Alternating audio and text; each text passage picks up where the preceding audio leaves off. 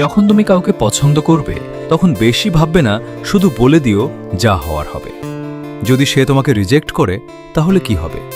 তোমার জীবনে কি সবকিছু বদলে যাবে? আর যদি রিজেক্ট করে তাহলে তার সম্পর্কে খারাপও ভাববে না, কারণ সে তোমাকে নিশ্চয়ই ভেবেচিন্তেই রিজেক্ট করেছে। হয়তো তোমার ভালো ভেবেই করেছে, অথবা নিজের ভালো ভেবেই করেছে। যাই হোক, এতে দুজনেরই ভালো আছে। আর যদি সে তোমার হয়ে যায় তাহলে তাকে সবসময় মূল্য দিও, আর যদি না হয় তাহলে তাকে ঘৃণাও করো না। আমি তো এটাই ভাবি, যদি রিজেকশন পাও তাহলে নিজের লাইফে ফোকাস করো, কিছু করো, নিজের মনকে অন্য কাজে ব্যস্ত রাখো। যে মানুষটা তোমার প্রতি আগ্রহী নয় তাকে কেন বারবার বিরক্ত করবে? একভাবে দেখলে তুমি নিজেই তার জীবনের ভিলেন হয়ে যাচ্ছ।